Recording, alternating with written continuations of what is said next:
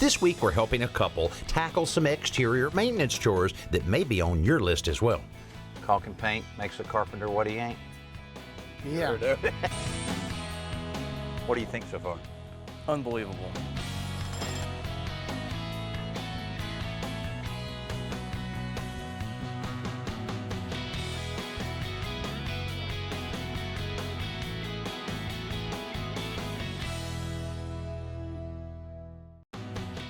Vinny and Linda recently retired and moved to this house a few months ago to be closer to their grandchildren.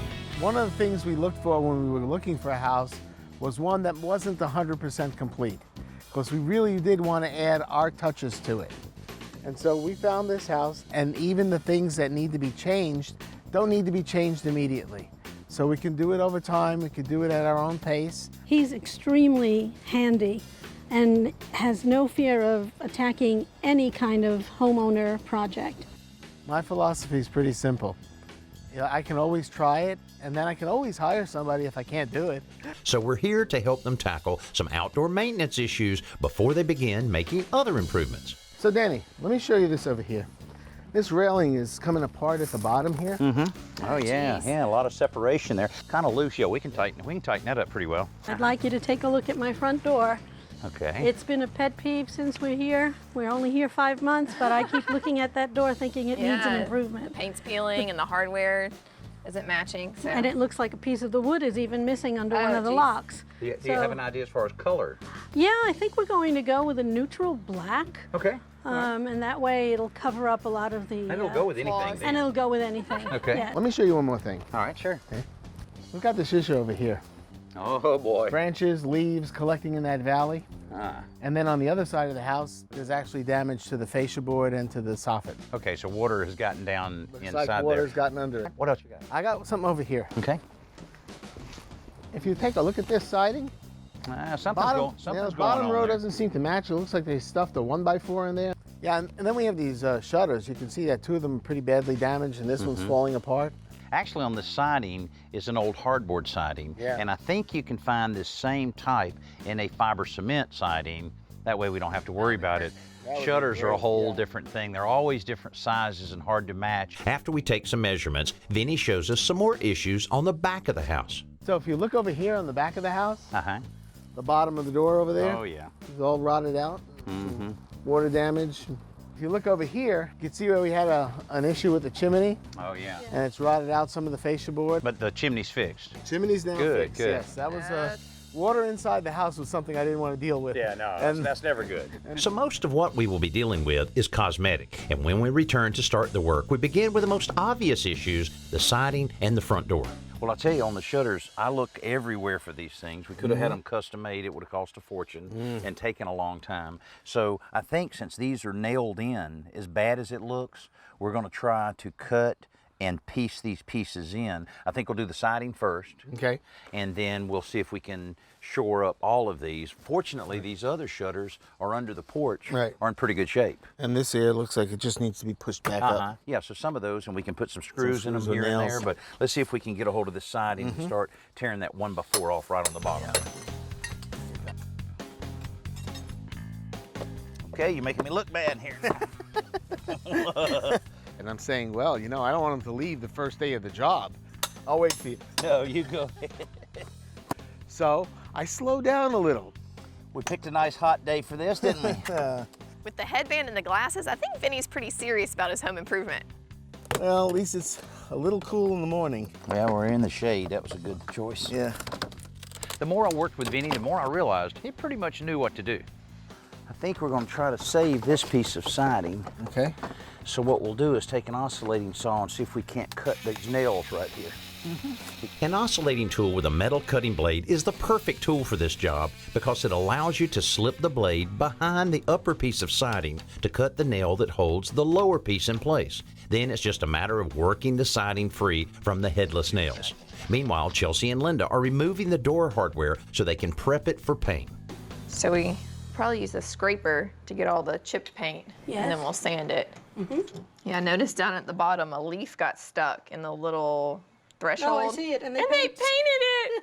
What? I see it now, yes. They painted right over it. How do you not notice that there's a leaf in the door as you're painting? They got to the bottom and they were just done. They wanted to be done with it.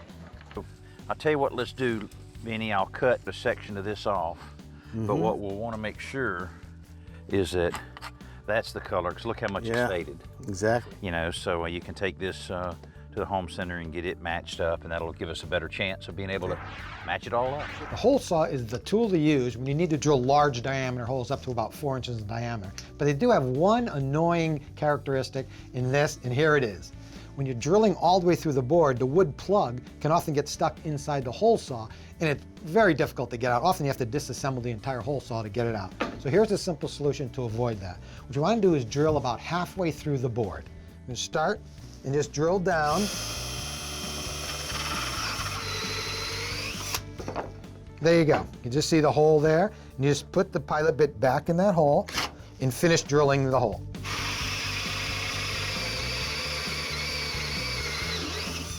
There you go.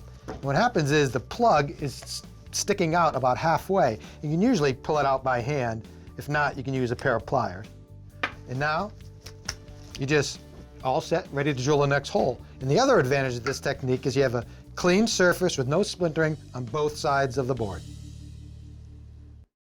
We're helping Vinny and Linda tackle some simple repairs on the outside of their recently purchased retirement home. They've taken a piece of the damaged siding we just removed to the Home Depot so the pro at the paint counter can match the color perfectly. Now Linda and Chelsea are trying to prep that rough front door for paint. Well, part of it looks like it may have been a pre-stained door.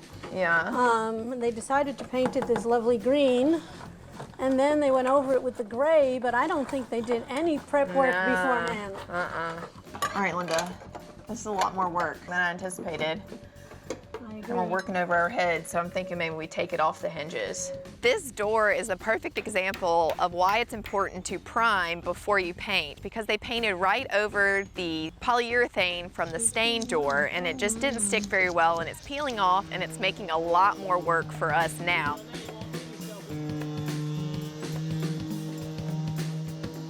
Now I was able to find this hardboard siding, the matching profile in a fiber cement siding, but the fiber cement siding, as durable as it is, still is a little brittle when you're hauling it from the home center to your home. So here's what I did. I have 1x12s that I've kind of encapsulated it with so that I can protect all of the edges of the fiber cement siding.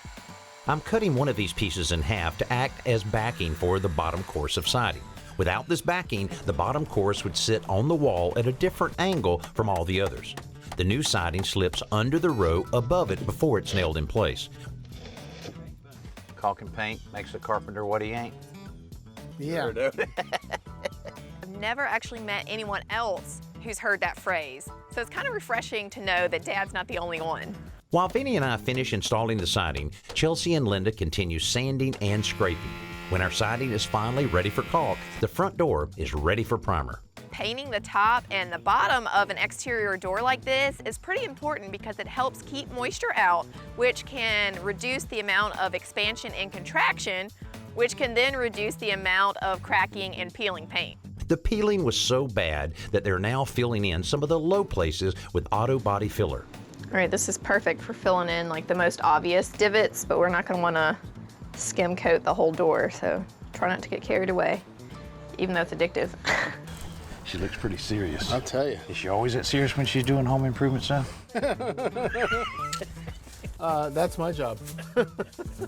So now it's time for the shutter challenge, because we have a few pieces of the existing shutters that are just too rotten to even save. So I'm going to basically reproduce them using some very simple wood here. This is treated wood, and it's what's used for deck boards. And it's perfect because it's 1 inch thick, the same as this. I'll be able to rip and route in order to get the profile to match on all of the different pieces. But wait until you see how I'm going to reproduce the shutter slats. Because it's late in the day, that will have to wait for tomorrow. Chelsea and Linda finish the day applying the first coat of black paint to the door. Day 2 starts with the second coat. It's kind of funny how navy blue it looks when the paint goes on, but then it dries Then it so dries dark. and it's very dark. Yes, it does look black. I always like fun paint color names, and this one's called, what was it, limousine leather. Limousine leather, that's it. I don't know, I might have to rent a limo and compare. So a few of these shutter slats are kind of rotted out on the end. We could almost save them, but there's something I've always wanted to try, and that's, you know, the big paint sticks like this that you use for the 5-gallon buckets. It is so close to the same size. The wood's good quality wood. All we would have to do is cut just a little off of it, see? Trim it down. A little bit of sanding on the edges, cut them off. I think I'd make a pretty good shutter slat, don't you? I think so. All right, we'll give it a try. Now, if this works, this was my idea. If it doesn't, it's mine. Right, Yeah, there you go. okay. There we go. You got it, you're catching on to this. After we rip the paint sticks to the proper width on the table saw, we sand them, notch the ends like the originals, and seal them with primer. Then I coat the edge of the existing shutter rail with lipstick so I can transfer the pattern for the slots to the new rail I've created. Then I use a spiral saw to cut out the slots before putting the rail and bottom piece together.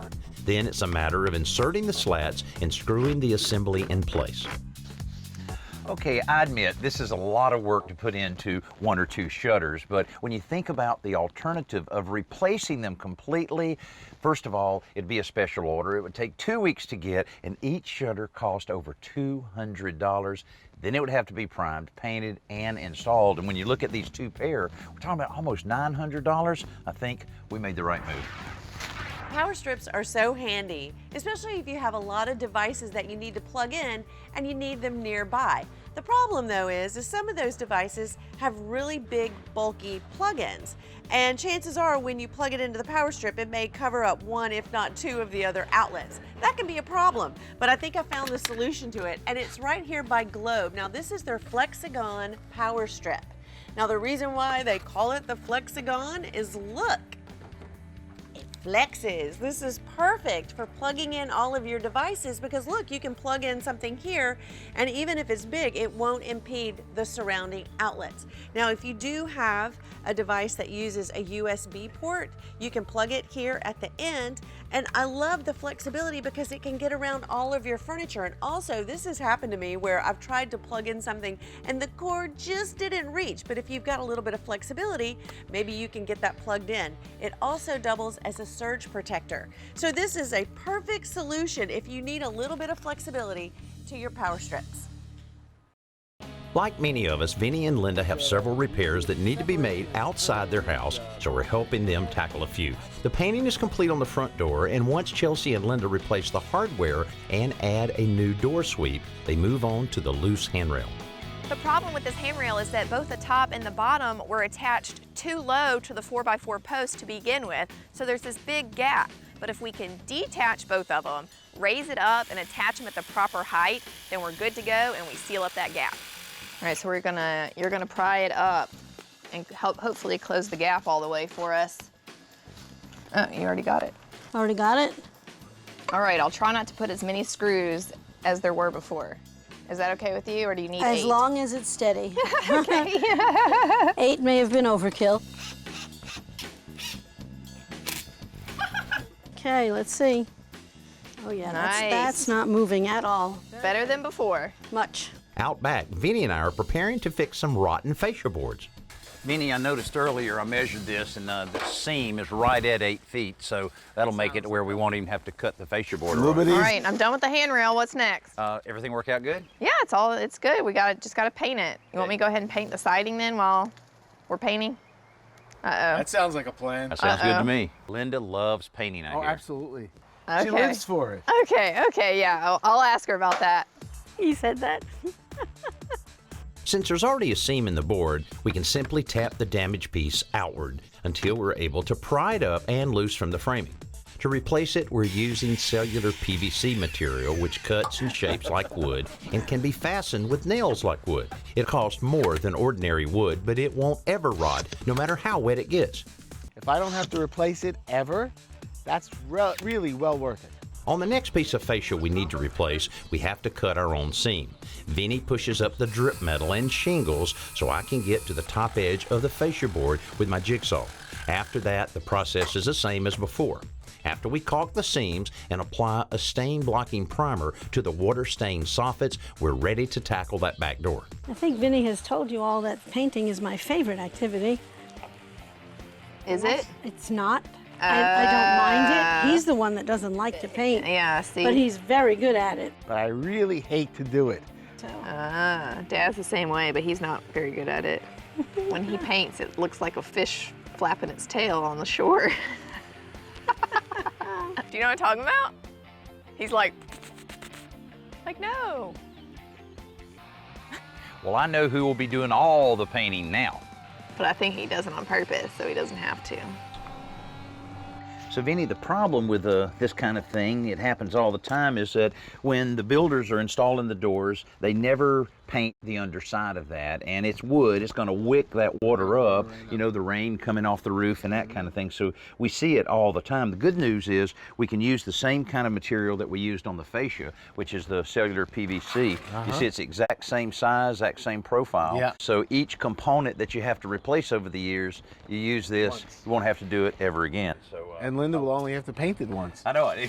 There you go, throwing her under the bus again on with the paintbrush. So.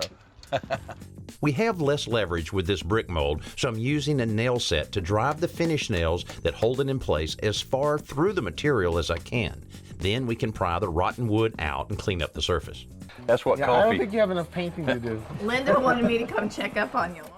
Yeah, right. We'll have some more painting for y'all soon. It looks worse than when we got here, Dad. Are you sure you're doing it right? You have to make it ugly before you make it pretty. Sounds like he's used that excuse quite a few times before. Next, I'm filling the void between the door casing and the framing with expandable spray foam before we attach the new brick mold to make it look pretty again. Since I can't put it off any longer, it's time for me to finally get up on the roof and check out these valleys. A cordless blower is the ideal way to clean a roof in most cases, but these leaves are still wet from a rain last night, so I also have to use a broom on some of the thicker areas. It's pretty typical of Dad to make me finish his work. Does Vinny do that to you too? I'm usually involved in the cleanup. Ah, the cleanup crew. Yes. I'd rather paint than clean I up. would rather paint than clean up, and I like the fact that we do the painting after they do all the work, because then we get to see the final product. That's true. And take the glory. The old saying is, caulk and paint make a carpenter what he ain't. This is an asphalt roof, so the only metal here is in the valleys and the flashing. But roofs made entirely of metal are becoming more and more popular, primarily because of their durability. They can last over 50 years, protecting a home from hurricane-force winds, hail, and even wildfires. You know, I'm relieved after I got all of the leaves out of the valley that it's in pretty good shape. Actually, at some point, it's been painted, and that's what I thought I would be doing, is finding some rust, having to put some primer on it, and then repaint the valleys, but really, they're in pretty good shape. I'll just have to encourage Vinny and Linda to make sure they keep it this clean. Metal roofing is also low maintenance, but the fact that it comes in so many different colors and styles makes it an easy choice for homeowners. Now, whether you like the look of shake, tile, or traditional shingles, you can get the style you want with the durability benefits of metal. Now that the roof is clean, there's just a little more painting for Chelsea and Linda before our work here is done. Vinny and Linda bought this house because they wanted a clean slate they could begin customizing to their own taste on their own schedule. The peeling front door is now weather-tight and much more attractive, while the stair rail is safer and better looking as well. That water-damaged siding up front has been replaced with something that will last much longer, and the wood shutters that were falling apart have a new lease on life. Vinny and Linda just had the aging roof repaired, but it had already done some damage to the wood fascia around the house. I think we accomplished a lot. I think we got our minor projects underway. We've still got a few more that we need to take care of, but we're headed in the right direction. So I feel confident now that I can go ahead and do some of those things on my own, including painting. Well, I'm really glad Chelsea and I were able to help Vinny and Linda with a few of their maintenance chores. You have a few of these projects around your house that you've been thinking about, maybe you need to take care of. Well, go ahead and take care of them, and we can help you out. Thanks so much for being with us. I'm Danny Lipford. We'll see you next week here on Today's Homeowner.